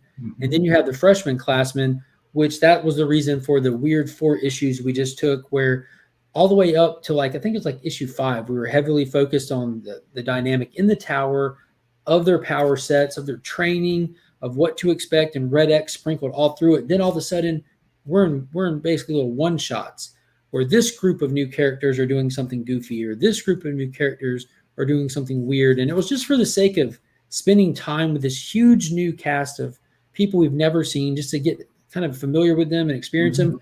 But if you plug those issues out and just throw them away, it's a smooth just read through to this issue where it's like Parents' Day and parents are coming in, and you have Wally bring his kids there to see if they just brought Wally in just for the simple sake of him being there where Roy is, because we know that dynamic with him being the catalyst for Roy's death, which was addressed in obviously Heroes in Crisis when it happened, and Flash Forward when he got a little bit of redemption in the one shot of the last days of the DC universe, where he actually faces Roy for the first time since his death. And then in the current Flash run, where he actually long formats faces Roy, you find out Roy and him experienced that moment, drug out together, and Roy was at peace with that event, and he was actually the one that shot the arrow that took his own life just to save Wally himself, which, man, they did. All while on that sweet, sweet, sweet heroin. It was insane. It was insane. But having Red X come back, I'm hyped, man. I'm super hyped because he came in like a boss. Amanda Waller said that he is a Batman level intellect when during those Suicide Squad crossovers, and it just shows. It shows in the way he moves through the panel, moves through people, the way he's never in fear of anything. And in this issue, he doesn't even try to be a threat.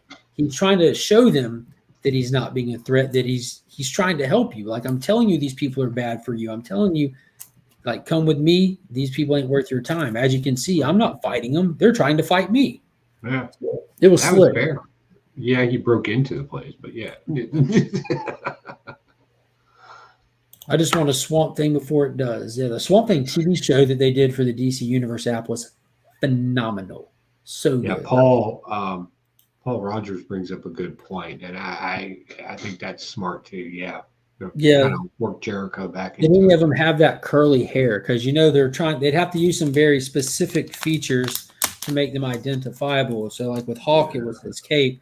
Jericho has like the little V outfit, so he might have some shoulder pads and curly hair. Let's see if they got it. See if anybody's got an afro. Yeah, here we go. Second one over. Curly hair, shoulder pads. Boom. Yeah. Now I think that would be Jericho. That's a good point. What is going on? We got Coco Love Chevy up in the chat. Glad you made it. Boom, boom, boom, boom, boom, boom. So yeah, I'm excited for the next issue. I'm glad that it kind of came back with a banger issue. Oh yeah, definitely. Let's see. These annuals, I'm not really going to get too much into this. There wasn't much to it. They're arguing over the construction of Arkham Tower. The city split. Do we want to rebuild Arkham where it is with all the stigmas attached to it and the evil history of it? Nightwing says no. Batman says yes. We have to overcome the stigmas and show them that it's a force for good. Nightwing's like, we're just locking people up. Batman's like, well, that's our job, is to lock them up, protect the citizens from them.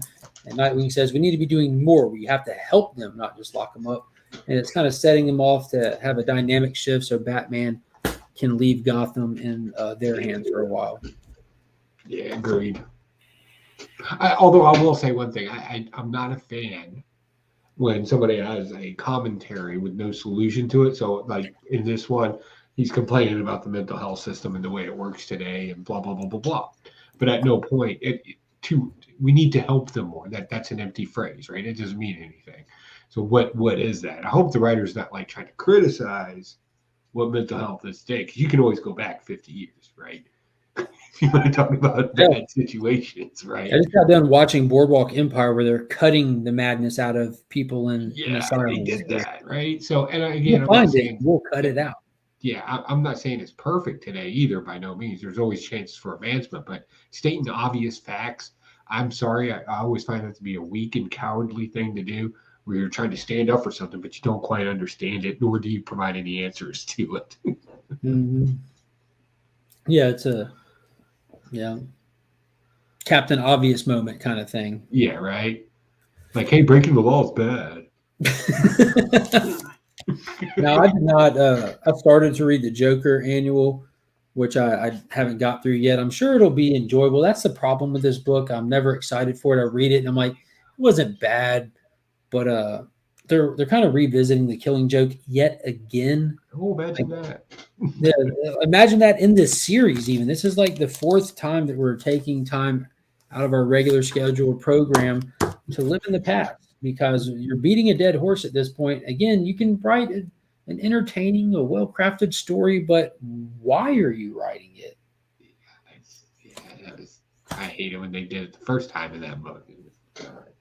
Yeah, they went out of their way to draw Gordon naked, tied to the little amusement park ride and running naked. Like, you just want to draw Gordon naked. I get it. Do it. Yeah, you don't need a reason, man. Just do it. What else you got? So I'll talk about this because I got a lot of high praises for this. I don't know if like Animal Farm is required reading for me. And I really enjoyed Animal Farm. And I love the dynamic of it. But not only is this like an Animal Farm in reverse, and it's also like I don't know if anybody remembers this movie. It's called Secret of Nim. Yeah, the little mouse. Yeah. Yeah. That's kind of in here too, only it's a cat in this particular situation. Now, I say it's like those. They're not direct references to it. I think this is its own dynamic story, no doubt. And if you like the artwork that's done in Stray Dogs, that artwork is in here. Like, it's beautifully drawn. And it's what is that, Tony Fleece or something like that? I don't think he's the artist on this one. Oh, Felix DeLip. I don't know if Tony Fleece does the art. I think he might be the writer or something. I don't know. Yeah, but this is good, and you should read this because it's a great way to describe. I always like using animals and stuff to describe politics. I know that's weird, right? But no, it's a safe play. You can. Don't argue. These are animals. This is smartly written, and the writer needs more credit than he's probably going to get for this because it's beautifully worded in such a way that you know exactly what the writer's trying to explain to you, and it's beautiful. I loved it. Now, judging from that little red block on the bottom right corner, is that from Ablaze? Yeah, Ablaze. So they're doing the Sumerian stuff, the real Conan stuff. If you have the only Conan stuff I pick up, so they're normally pretty dynamic, hard hitting, and they don't pull any punches with what they're trying to do over at Ablaze. That's kind of their shtick. So I'll definitely check it out. Just like Smurfs and the Magic Flute. Don't argue, they're Smurfs. So definitely a banger for this week. Justice League Dark, Ron V has been crushing these backup stories where Merlin has been on like a death to magic mission, is what it seemed like this whole time. They've been the Justice League Dark has been trying to catch up with him and stop him. They've been 3 steps behind the whole time. They followed him all the way down to Atlantis, which is the source of all magic in DC Comics, where Merlin raised the original sorcerer of Atlantis, and we didn't know why or what his goals were. And we still don't fully have them. So what I expected to be like the big finale was actually the big beginning. We find out that Merlin, thanks to Mr. E, who was cast out to the edge of all existence to walk toward it for eternity, found a way to walk backwards through it. So he tells this awesome story. And Ron V's great with panel work and using the dynamic of the medium that he's writing in. So you follow these panels where he's walking backwards past the source wall, like from the edge of existence, and you're reading it regular, but it's happening in reverse. So you finally stop, you're like, oh, I get it. And then you go back and you read it backwards so that you're getting it in real time. And you see Merlin, who'd been floating in the cosmos, get snatched up by Darkseid's father, the old guard that Darkseid usurped to take the throne from, who was on the source wall, but it's been broken. And he had just enough life in him to pull something out of Merlin and send him back to Earth to be an instrument in what is to come. We know that Williamson is crafting this huge Darkseid event, and now we're getting Darkseid's father, who took the little bit of good that was left in Merlin out and sent him on a death run on Earth, taking away the magic from Earth, taking its defenses. I'm seeing a huge setup here. And I also know that Psycho Pirate is coming in a couple issues into another title. Psycho Pirate is also instrumental in this whole Infinite Frontier thing. So we're starting to see these little seeds being planted. I'm seeing the writing on the wall for this huge event that I've been kind of expecting and speculating on. But needless to say, it ended with them just finding out that Merlin is even more dangerous than they thought. And Zatanna makes a deal with Mr. E that Merlin stole this crystal from this Wonder Woman storyline thing, blah, blah, blah, and made a deal with Mr. E that if he gives her this advantage, he'll bring, when she gets to Merlin, he'll give that crystal to Mr. E. But they're planning on backstabbing Mr. E, but it's all going to fall apart horribly. The dynamic of the team, there's no trust between them. They're all holding secrets from each other. And it's going to get crazy. Like, for something that I thought was the finale to just be the beginning and there to be no announcement for this to have its own book, something big's coming. Justice League Dark is just getting started. So we'll see. Ron V did just announce that all those backup stories, as well as this one shot and the next couple of issues worth of backup stories, will be collected together. Hopefully people will start buying this, talking about it more. Everyone who picks up Justice League knows this has been the best part of it, but we need this title on its own again. We need this story flushed out. Oh, no doubt. Let's see here. I got did you read The Permanent Truth? You read it. I did not. I was not able to get my Independence or Marvels this week because time constraint, and I refuse to read Department of Truth digitally because it's that good. Yeah, I'm about to spoil this for you, but you're still like it.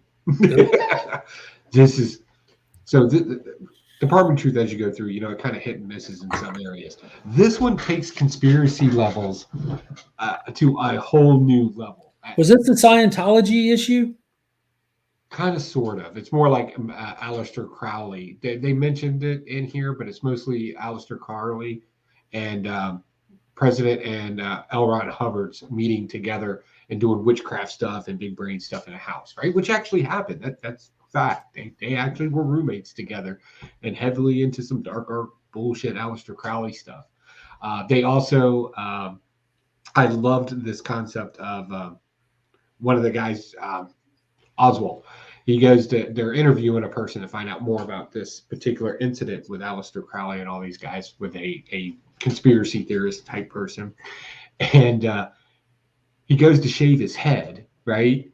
To change his look or whatever, and went ahead and changed his eyebrows too. And there's been reports of those men in black not being bald and not having eyebrows and stuff. So they kind of played up to that in this story too, as sort of an underlying thing. Aleister Crowley did work for the British military. for a short period of time because the occult type stuff and symbolisms, and again, not something you can look online, mostly because of Hitler's had his guy too doing the same stuff. You both molesting my imagination. I don't know how I feel about that right now. Honored. I feel absolutely honored. But I think they took the conspiracy stuff to this and connected it so well in here on that perfect little verge of woo-woo and actual history that it's just beautifully done. And also we get Hawk's origin story in here. Oh, fire. Why he is the way that he is. And when you read that, I'm not going to spoil it because you're just going to laugh your ass off. Dude, I absolutely gained new respect for that character in the last issue when he was just like this, I'm going to do what I want to do kind of guy. But the moment that he found out how real this can get, and how he took a stance against the department, and then he took a stance against the Black Hat. So he's like his own free agent trying to play both sides for the betterment, what he can see, because he's seen both sides, and I don't know if they touch on this, that last issue, Hawk let Cole know that he believes that the Oswald that's running the Department of Truth is actually a fiction. So in Department of Truth, the more people believe a conspiracy, it can manifest into reality. They call these manifested realities fictions. They call the people that have the power to manifest them more than others, that they have a name for them as well. But right. So what they did with this is that whole concept there. The only reason why this magic, if you will, is even brought into our today world is because of he's a rocket scientist. L. Ron Hubbard's roommate. They're sitting there doing dark magic stuff and doing things they didn't quite understand, and released this ability onto the world. So there's still like a spooky woo-woo effect to it as well. That's pretty cool. Did they touch on because they're expecting Lee Harvey Oswald, that's in charge of the Department of Truth, to not be the original real Lee Harvey Oswald, that Jack Ruby did in fact kill the real Lee Harvey Oswald, and the one that's in charge of the Department of Truth is the fiction that they manifested, but they accidentally switched them somewhere along the way. Yeah, what they did in this one, they just kind of did what they normally do, your hardline story, and then one issue goes to a flashback. This was a flashback issue. So they're going to save that. That's going to be a bigger picture thing. So I loved how they presented the danger of that in that time era, which I obviously wasn't alive for in the 60s, the assassination of Kennedy and the whole Lee Harvey Oswald thing, that level of paranoia and the Red Scare and just everything that was going on, the fact that a president of ours would be assassinated in broad daylight like that, and all that hate, that fear and everything manifests into reality, is this Lee Harvey Oswald that's running the Department of Truth and steering the world's direction. And I just thought that was such a neat way to look at that level of danger. Like everything that is wrong with this country wrapped up into an individual is in charge of this department potentially. I'm like, oh man, this is pretty serious. Yeah, Hawk's pretty cool. I don't expect him to make it out of this story arc even alive. He's too. Wait till you see young character. Wait till you see young Hawk. You'll appreciate that character even more. He was the Bigfoot issues, man. Him walking through that was such good writing. Yeah. And you just get a new love for him. All right, I'm going to hit you with the read of the week. All right. I do not understand how you missed this issue. Yeah, I walked right over it, man. I'm horrible. So we know that big things, huge things are going on for Clark Kent. So obviously they've been building up to this War World saga for a while. They arrived on War World last issue. Superman has his authority with him, which is a ragtag team of misfits, B-listers, and anyone that he could gather together to go face the horde of this new Mongol, the Mongol that is, because this new mythos that has been added to Mongol, that it is not a person, it is a title. And the only way to gain that title is to usurp the one before you. So the Mongol that first appeared in DC Comics Presents, that Superman has bested countless times, is no longer with us. Super dead. His son killed him, took his place. And by having this hierarchy system where you have to top the one before you, it creates a stronger and stronger one each time. The Mongol that is looked at as a brute idiot, even by his son, who's cunning, smart, and like tactician, plus brute strength to the max. So Superman shows up on War World. It was used to be fueled by the engines of fire and coal to keep it thrust and running. He's actually changed up the planet. He refit it with that Tesla tech. It's running on red solar energy now. So Superman gets there, doesn't even realize it. The already depowering Superman that he shows up, and he doesn't know that he's weaker until this issue. The whole team gets decimated in classic Deadpool 2 fashion. Like, they show up guns blazing and go out like chumps. It was insane. It was, like you said, sadistic. It was brutal. And Superman just getting hit with just sheer terror of watching these people fall. Like, he ends up going down on one knee to try to have those last words with one of them. And dude, he gets stabbed straight through the back with a kryptonite spear, and then Mongol holds him up, and he's declared dead by the United Planets, which means absolutely nothing. So I did notice that YouTube was filled with those excessive trolls that just want to complain about every woke comic, this and that, which I'm not a fan of the excessive wokeness of comics. But if you can write a good story, I'm in. And they're like, oh, they're killing Superman to clear the way for Jonathan because they don't like what Superman represents. When, in fact, Philip Kennedy Johnson has leaned on the traditional values and style of Superman to make this so good. Superman's not dead. Read a solicitation. He's back the next issue, recouping with the survivors of his team. If you follow Superman, you know from Future State that this Mongol is about to play with his food before he eats it. So he just continues to bring Superman back and allows him to die over and over again, just as a power move. We know from every other Future State title that they get to a certain point, then they deviate. This is the last book to get there. We saw the Teen Titans stuff go there in the Shazam title. We watched the Batman stuff go there in Future State. It's Superman's turn. Yeah. So see how close we get, then we'll deviate. You're not going to you're not going to start the first issue of a saga off by killing your character. It just doesn't. These are just non-comic book fans that have things to say. That's all that is. And it's comic book fans that are, I guess, like what, because I've been engaging in dialogue and debate with a lot of them. And I talked to them for a while, and after hearing the classic just get off my lawn, they took our job speech from them, I finally say, I actually spoke with Philip Kennedy Johnson about this live on stream for a while. So he gave me insight, as well as I read a solicitation for next month's issue.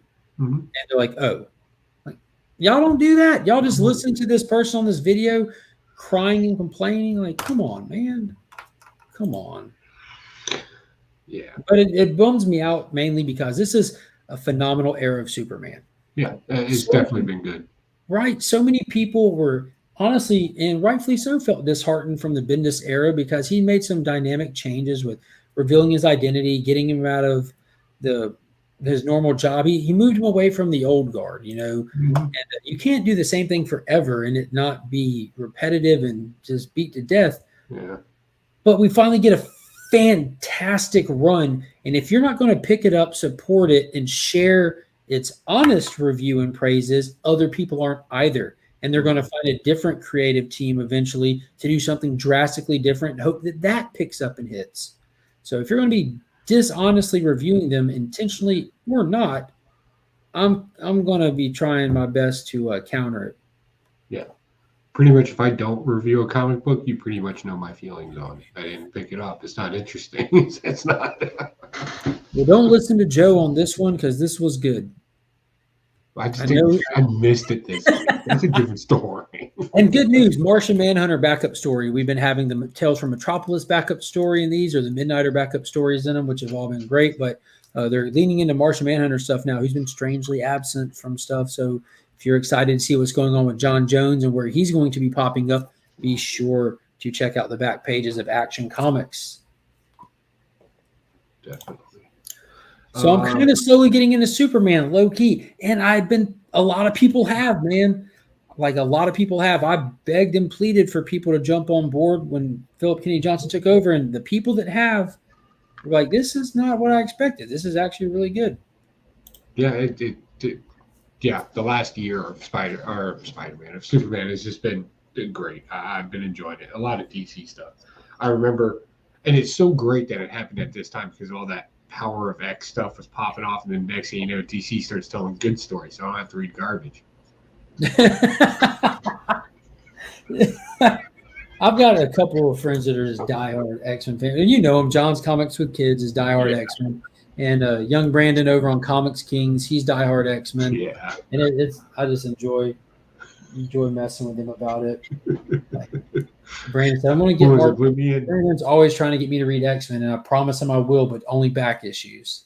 Me and John's Comics with Kids, we were on a stream one time, and he was talking about X-Men and how dynamic that was. And I was like, there's nothing not dynamic about a bunch of hippies on their own little commune island and don't want nobody to come to their party. It's not dynamic. That's selfish.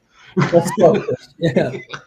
Yeah, I did try to pick up Inferno issue 1, which I can't give a review with context to it because I know that's like a book into the Hickman era stuff. But it was like it's supposed to be a 4-issue thing, and Brandon threw me a super chat and said it was for an X-Men book. So I told him to pick the book. I'll get it and I'll read it.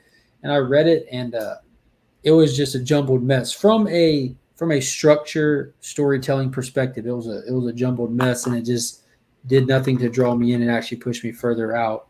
But I can understand if you're like in the trenches of X-Men, it could be fun. That'd be like me telling someone to pick up Death Metal issue 4. You know, you're in the deep end, my man. Like what threw you in there without a life raft? That's not the jump on point. So I read this, and now I want to get the chat's feel on it. The Me You Love in the Dark. This was the last issue of it. Basically, she breaks away from the ghost and sets the house on fire, or the ghost, or whatever it was, because they never made it clear. I don't want to assume. Right. So basically, all in all, and I'm not taking away from the situation of the story, but basically, this is just a battered woman story. Getting away from obviously an abusive relationship in some way, shape, or form, done in a whimsical make love with the ghost. Didn't they hint at that in the last issue that she was about to get it on with the ghost? They did. Something? Yeah, they got it on. They were in a relationship. It became very possessive. Killed somebody. Killed her agent. Wouldn't let her leave the house. You know, it's very in that tone of an abusive relationship. Sets the house on fire. Frees herself from it through willpower or whatever. And then they kind of trailed off that there might be something in the future. And I really hope they don't, because I'll be honest with you, it was on the nose, right? And my heart goes out to anybody that's in an abusive relationship, male or female. But I just found myself just like, that's it. Like, you didn't. Hashtag R.I.P. Johnny Depp. Yeah. Like, what's going on? What was this ghost thing? Why was it a ghost? Like, you gave us no context of this deity being of any way whatsoever. So I just found this to be they could have done more with the ending here. Gave us something that explains these characters a little bit better, other than just telling us a battered woman story. So they didn't really give any backstory to the house or anything. Just kind of jump. And I can appreciate some of those stories like that, though. I can understand where it leaves you with a lot of questions on wanting. And I didn't read it. Paul, who owns the Augusta Book Exchange, my LCS, he kind of he reads it and he kind of clues me in on, gives me a little brief synopsis as he reads them. Mm-hmm. But he said it would have been cool if I'm interested the whole time though. Stay there because it was feeding off her life force or something, and you know there was some magic woo-woo occult stuff in the attic that kind of made all that, just something a little bit more to add to the story. I think that would have really kind of put this together for me and made me invested in the story, but it just wasn't. Yeah. Well, I know that it had to be a fun ride because a lot of people were picking it up every week, wanting to know answers. Yeah. So maybe there'll be another volume to it. Maybe they were trying to save it to be able to continue it or something. Yeah, John said it left too many questions, yet felt predictable in a lot of ways. Yeah. I don't know. That was a Scotty Young original, right? Yeah. I'm trying to think of the other story that he did. Was it Middle West or something like that? Yeah, Middle West was very long and drawn out, but it had various arcs going through. It's a journey story, right? That was also about an abusive father-son relationship or something like that, wasn't it? He writes in that kind of wonder if something's going on there from his past. But it's kind of like Donny Cates. You can expect a fractured father-son dynamic in a lot of his stuff. God Country, Venom. A lot of people have to pull from personal experiences or traumatic moments in their life. From that traumatic moment, they've applied it to their creative process and have grown as a person. Take that, Tynan. Yeah, if I had to write a comic book, it would be about, the first time my wife made me fried chicken and just completely burned it. I was traumatized. Traumatized. She made you eat it still, I hope. Get the hammer and chisel out and eat it. Like Shadow's Return, throwing those channel emojis for all the channel members out there. The ones that aren't channel members, the way that you get those custom emojis is by joining the channel, and it gives you access to that. So I definitely love seeing those things thrown around. So the final book that I have, let's see. Yeah, Human Target talked about Venom 2. Did you pick up Venom 2? I did. I've got that and one more book, man. I enjoyed Venom 2. I felt like Venom 1, really, because that first issue, they were really just bookending Cates' era because they stepped into I don't want to say a mess, but Cates ended it right at a lot of character shifts and direction shifts. So there was no Cates bookending his own run. So Al Ewing and Ron B kind of did it with that issue 1. And in this issue, it felt like the real issue 1 to a new story arc to me. I thought this was interesting. I don't know how long I'm going to follow this though, because it's starting to look very familiar, right? Kid in trouble, dad's God, right? Snarky, edgy reporter lady. It's government's after you because you're special or unique in some way. I'm kind of hoping that something, and I wish they would get rid of that stupid cat and dog thing. I said the same thing, Sleeper or whatever it is. Yeah, what's the point? Stop that. I don't know why that's a thing. I get it. Well, the point of the cat is to be a Jiminy Cricket, right? To be the voice of reason or your conscience, if you will, out loud. That's the point. But how is an alien symbiote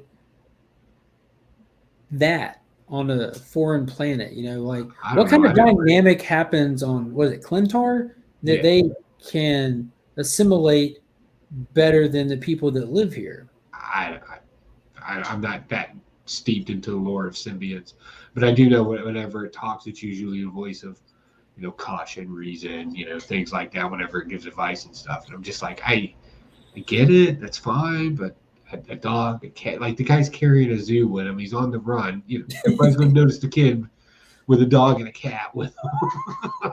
and the dog is trying to attack everybody, even when he was in the diner, trying to eat everybody outside. So, I did talk to somebody on the Community Hangout Friday that was explaining that the politician that was kind of campaigning on get the symbiotes off the streets kind of thing is a callback to that first Venom run, Lethal Protector, which I wasn't aware of that callback or anything. I don't know if it's really adding to the story or anything because that didn't hit with me. But again, it felt like an issue 1, so I'm trying not to put too much judgment on it. It had some cool action scenes. He met up with his dad's old contact. I'll tell you what I did like, which stood out as very Rom V to me, was the first little third of the book when we're kind of moving through Dylan's daily, but we're getting Eddie's voicemail that he left Dylan. Yeah. That was smooth narrating, like to panel, like that was.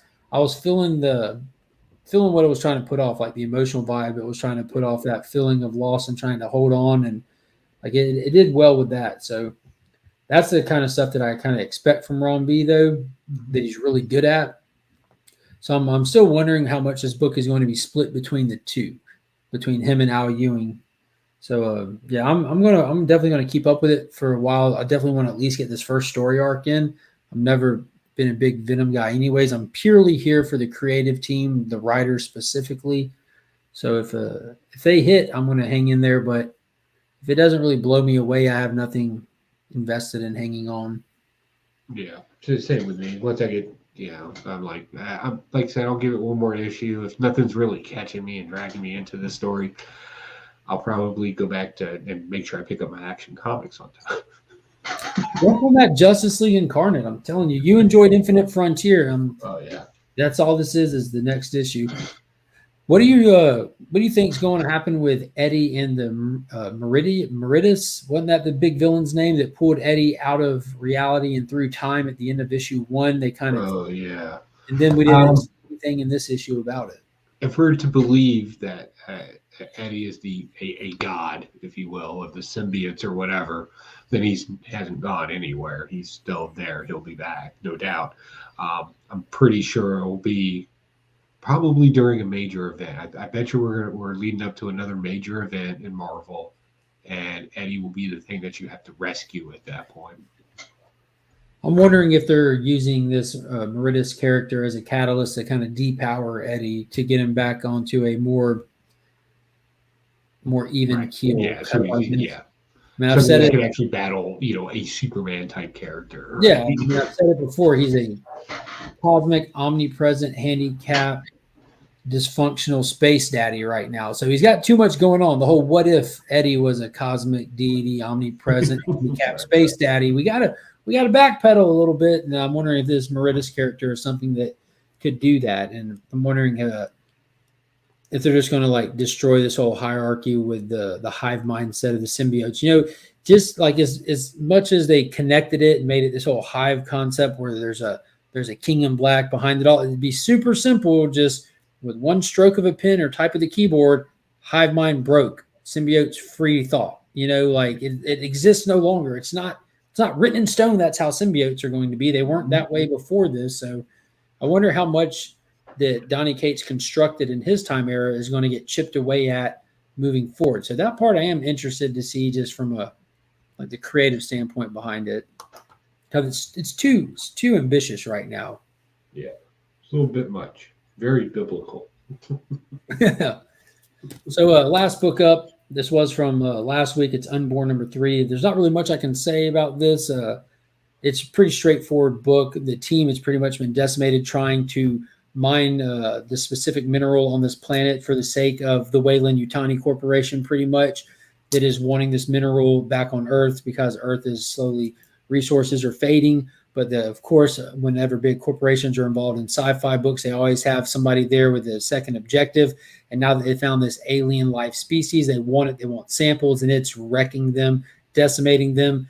And we're in the classic xenomorph fashion.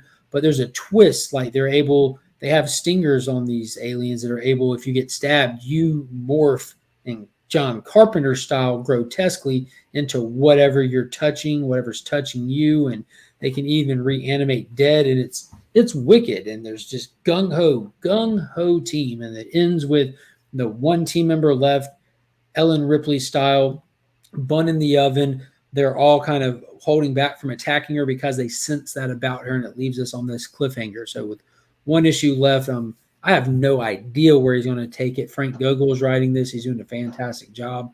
Definitely, everybody, if you get a chance, it's only 4 issues. See if you can find it, read it. It's pretty fun. It's definitely fun. Nice. My last 2 books, I can talk about both of them at the same time.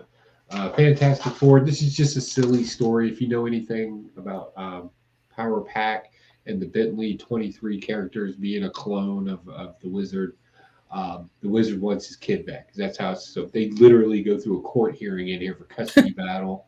And Dragon Man's like, maybe I'm not the good father because I'm really just a robot, right? And then like Reed Richards and his wife got to stick their nose into family business, right? So they're like, well, we can take care of them. We're exceptional parents. And then like tear them down. Like, really? Like, you got a kid running around out here doing this and space and how many times have you dumped? And it seems like you only protect your own and blah, blah. Like, they gets torn down, right? And mind you, this is a super powered court. Like, the judge has power. So whenever somebody's out of line, she like electrocutes them and shit. Right? So then Grimm's like, well, fine, I'll take care of it because it's clobbering time, right? And they tear him down. They're like, really? You just adopted 2 kids that you stole from a slave ship, and they're running around the streets killing people, literally killing people. You're not the best parents either. And I like this because this is a great way to take what's going on in the world, and if you take out context, right, everybody sounds bad. Take out context or any meaning behind the story, right? It's always negative in nature. And I liked it for that. She-Hulk was supposed to be this big badass lawyer in here. She didn't do much lawyering, to be honest. She was just telling everybody to be quiet. It's like, well, you're the lawyer. It's your shtick. You're the smart female lawyer. Come on, Ally McBeal, hit it. And she did. So it's a throwaway. Once in Future, if you haven't been reading Once in Third, you're all the way up to like issue 22 now, right? And a lot has gone on. 2 major story arcs in this. If you like Arthurian, King Arthur type stuff and all the things kind of associated with it, they kind of take all that and kind of warp it. One of the smart things they did in here is they took an Arthurian poem about a hero. Again, right, King Arthur, the story happened, and then like every country and every writer, because there was no copyright laws, kind of did their own variant of it, if you will, right, where they kind of shared or extenuated the story in some way. And one of these things was a poem about a knight that rides a lion, and they featured him in here. And also we get Fin Fang Foom himself. Oh, nice. The actual Fin Fang Foom? No. Fee Fi Fo Fum. That's what I meant. Oh, the giant. Yeah, he attacks in here because you got fairies and stuff running around. Not it's raining men fairies, but like queen fairies flying around. I just want to clarify that because I don't want people to think I'm a bad person.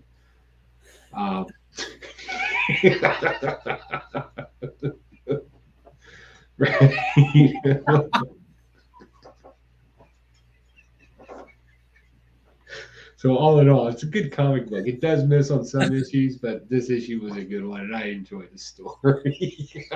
I've got issue 1 that I won in a mystery box. I have not read any of them yet, but Dan Mora's art is fantastic, and he's about to be doing this project with DC called World's Finest. It sounds familiar? Should. It's Superman and Batman in a shared book, and Dan Moore is going to be doing the artwork on it. There's some of the preliminary drawings up, and it's Batman in the blue and gray with the yellow utility belt, and it is.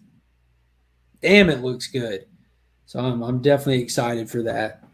You got anything else you want to add or throw out there, Joe? I'm going to be heading off to C2E2. I'm very excited about that. So I've pre-recorded some content just to kind of go off at different times while I'm there in case I can't just go live all the time. But we'll see what we can do. I'm excited to see some footage from all y'all. I'm super jealous that everyone gets to go meet everybody in person in a real time. And we'll all hate each other after the third night. It'll be all right. I hope so. I hope I don't. I hope I hear all this. I'm like, damn, I'm glad I didn't go. But good news, War Machine Punisher is going to be coming into Augusta at the end of this month. So we're going to be able to get up and hang out for a day while he's here, which I'm really excited about. We might go comic hunting more than anything. He's got 2 kids as well. So more than anything, I'm just excited for me and the fam to just go out and just sit down and have dinner and just, get to talk. But yeah, luckily he's coming on. He'll be here. The free day is a Tuesday, and everybody knows I love my Tuesdays. DC's available on Tuesdays. I'm off from work. I pay some bills. I always feel accomplished and good. So I'm excited for it. And tomorrow I have just a massive unboxing video. eBay wins, auction wins, giveaway wins, just stuff that kind of all came in together. Wednesday, it'll be the 3rd episode of this ongoing series. I'm really pushing myself to improve it each episode and kind of do it and look back at it and see what I can do differently. And I'm really excited for this one. It's that comic close-up series. So that's when I take a key comic, a first appearance, a major something whatsoever, and we actually put the book down. We go through it and we talk about it a little bit. And I'm really excited for this one. Joe's seen a little bit of behind-the-scenes stuff for it, so I hope it plays out well. And I got a VIP pass, son. Yeah.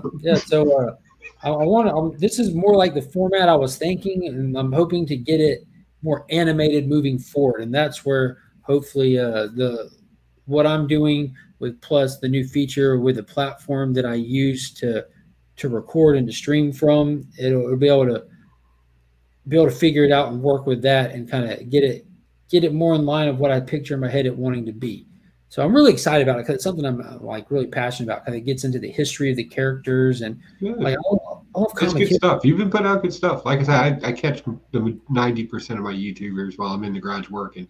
If I'm doing something small and filing, I need noise in the background. And it's just, the last 2 ones were great and on point. Good stuff. I appreciate it, man. Well, I do want to give a big thank you again to the channel sponsors, Big Time Collectibles, as well as Justin Comics over on Instagram. And a huge shout out to all the channel members. I say it, I don't feel like I said enough, but thank you to each and every one of you. If you're in the chat and you don't recognize any of these names, be sure to rewind it, pause it, check them out, because a lot of these people are putting out content of their own, either on YouTube or Instagram or both. A lot of great people in there. And you can see a lot of them live on this channel every Friday for the community hangout. And be sure to hit that subscribe button if you haven't already. Hit that join button if you haven't. We need some more Legionnaires up in here. I'm sure my dad will be happy that I said that. He's really pushing this whole Legionnaires thing. I'm like, dude, I don't want people to think that the members are diseased, but whatever. And yeah, until next time, guys, as always, I'm Mark, but we are Legion.